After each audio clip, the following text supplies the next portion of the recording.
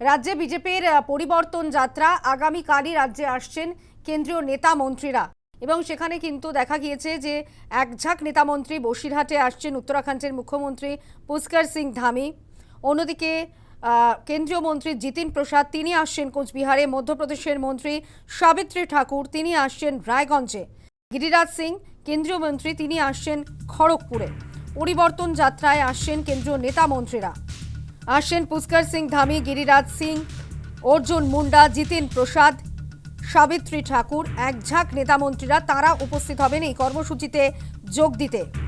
এবং অন্যদিকে পরিবর্তন যাত্রায় বাধার আশঙ্কা করেছেন কেন্দ্রীয় প্রতিমন্ত্রী সুকান্ত মজুমদার। বাধা দিলে মুখোমুখি সংঘর্ষের হুঁশিয়ারিও দিয়েছেন কেন্দ্রীয় প্রতিমন্ত্রী সুকান্ত মজুমদার। আমরা জানি এবার মুখোমুখি সংঘর্ষ হবে এবং সংঘর্ষের জন্য আমরা রেডি আছি।